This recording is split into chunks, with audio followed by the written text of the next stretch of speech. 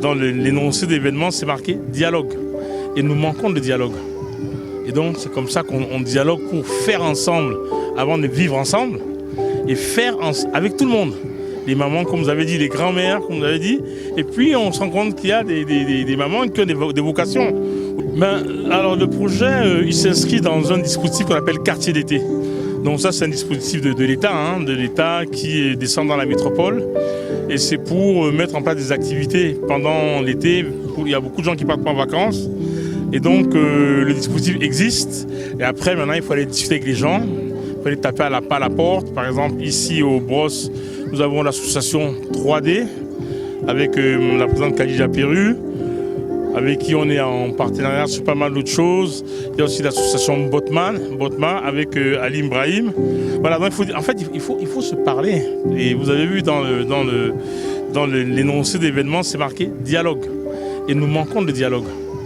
Et donc c'est comme ça qu'on dialogue pour faire ensemble, avant de vivre ensemble, et faire avec tout le monde. Les mamans, comme vous avez dit, les grands-mères, comme vous avez dit. Et puis, on se rend compte qu'il y a des mamans qui ont des vocations. Aujourd'hui, j'ai déjà trouvé 2 assistantes coach en basket qui vont animer les ateliers la semaine prochaine. Et puis, comme ça permet à tout le monde un peu de s'engager pour son quartier. Alors, ce qu'on propose, là, c'est la deuxième année en fait qu'on le fait ici au quartier des Brosses. À la base, on voulait animer tous les terrains de proximité de Villeurbanne. Et donc, le délégué du préfet, M. Paul Sylvestre, nous a demandé de nous concentrer sur les Brosses parce qu'il n'y avait pas grand-chose ici. Et donc, 2 fois par semaine, donc les mardis et les jeudis, de 18h à 21h, ici on propose donc du basketball avec un entraîneur diplômé, du tir à l'arc avec des éducateurs diplômés, la danse, donc les danses urbaines, breaking, hip-hop, afrobeat, avec aussi un éducateur diplômé de l'association urbanitaire. D'ailleurs, je profite pour saluer Patrick, le b-boy Patrick et Akima Mbala qui sont quelque part en train de faire un reportage, je ne sais pas où, en train de donner des cours quelque part, je ne sais pas où.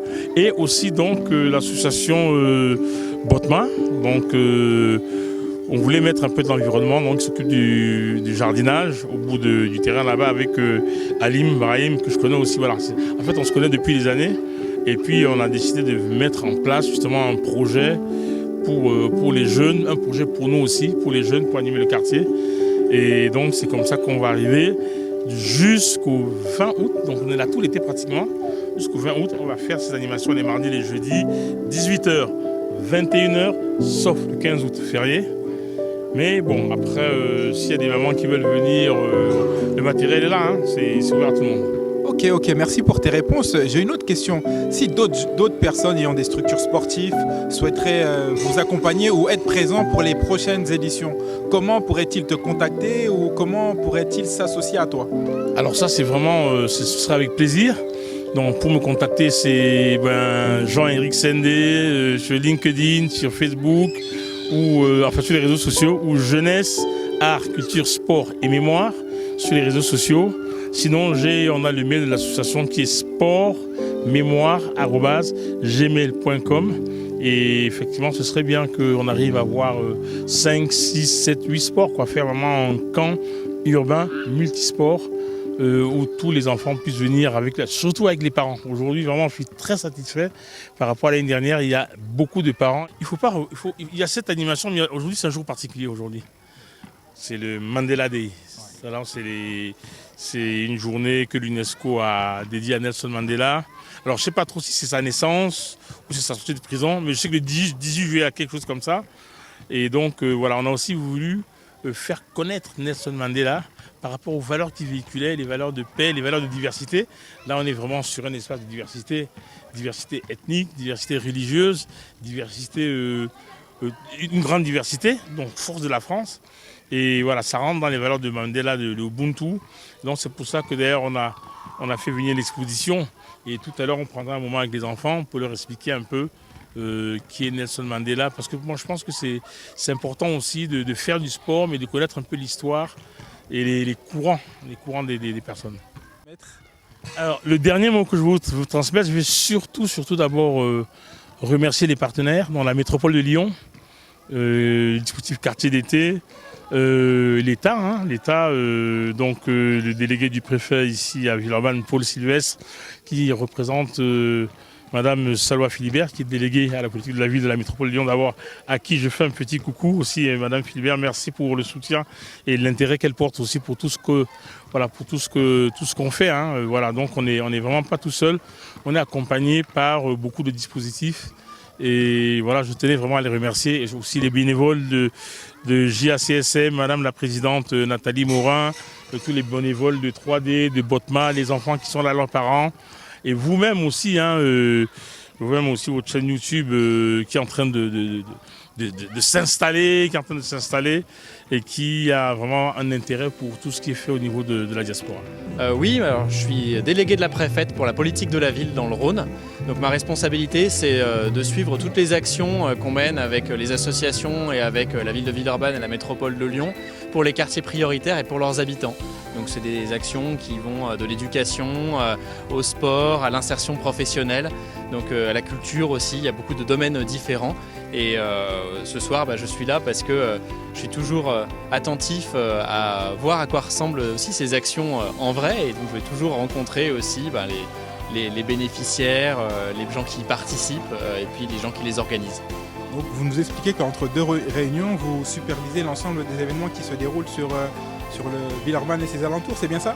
Alors je les supervise pas parce que je ne les organise pas forcément. En fait, on fait confiance à beaucoup de partenaires qui vont les porter. Et là, ce soir, à cet événement, il y a 3 associations en particulier qui l'ont travaillé en partenariat. Nous, on a beaucoup travaillé avec l'association Jeunesse, Art, Sport, Culture, Mémoire de Jean-Éric Sendé, qui était notre interlocuteur sur cette action. Et en fait, c'est eux qui organisent. Moi, donc, je ne les supervise pas, mais par contre, je les suis. Je regarde comment ça se passe. Et éventuellement, on fait un bilan à la fin de l'été pour voir comment ça s'est passé, qu'est-ce qu'on peut changer sur les années suivantes, qu'est-ce qui a marché, qu'est-ce qui a moins marché. Ok, j'ai bien compris votre rôle, mais pour d'autres personnes d'autres associations qui souhaiteraient organiser ce type d'événement et qui auraient besoin des compétences comme des gens qui seraient compétents dans l'accompagnement de jeunes au tir à l'arc ou avoir des danseurs de breakdance, comment pourriez-vous les accompagner? Et bien là-dessus, nous avec mes collègues délégués du préfet, on est vraiment à leur écoute et on peut les orienter aussi vers des partenaires, vers des personnes aussi qui peuvent les accompagner sur les sujets qui sont les leurs, parce que ça peut être aller chercher un partenaire, ça peut être les aider à développer leur association, peut-être trouver des locaux, trouver des financements. Nous, du côté de l'État, on intervient souvent en tant que financeur des actions. Aujourd'hui, par exemple, là, ce qui se passe actuellement dans le quartier ici des Brosses, c'est une animation dans le cadre de Quartier d'été. C'est un programme qui a été lancé par l'État en 2020. C'était le confinement à ce moment-là, on sortait des confinements, les gens ne pouvaient pas partir en vacances, ne pouvaient pas repartir au pays, les frontières étaient fermées, c'était assez compliqué même de se retrouver. Et donc à ce moment-là, dans le cadre de la politique de la ville, l'État il a lancé un certain nombre d'actions où il a voulu encourager toutes les actions qui se faisaient dans les quartiers pendant l'été pour plein de personnes qui ne pouvaient pas partir en vacances comme vous et moi. Et donc en fait ça s'est poursuivi les années suivantes parce que ça a bien marché et là on est sur une action Quartier d'été 2024. Ok, je pense que pour nos téléspectateurs c'est clair. Mais admettons si un jeune souhaiterait poser une candidature pour avoir des subventions, des aides, quelles sont les adresses, les mails, les sites internet vers lesquels il devrait se diriger? Alors après, ça dépend un peu du projet du jeune, c'est-à-dire est-ce qu'il veut lancer une association pour faire un petit peu comme aujourd'hui ou d'autres objets associatifs, ou est-ce que c'est pour porter un projet par exemple d'entrepreneuriat, ce qui est un petit peu différent, et donc je ne vais pas forcément vous faire la même réponse. Je dirais... pour le monde associatif et culturel.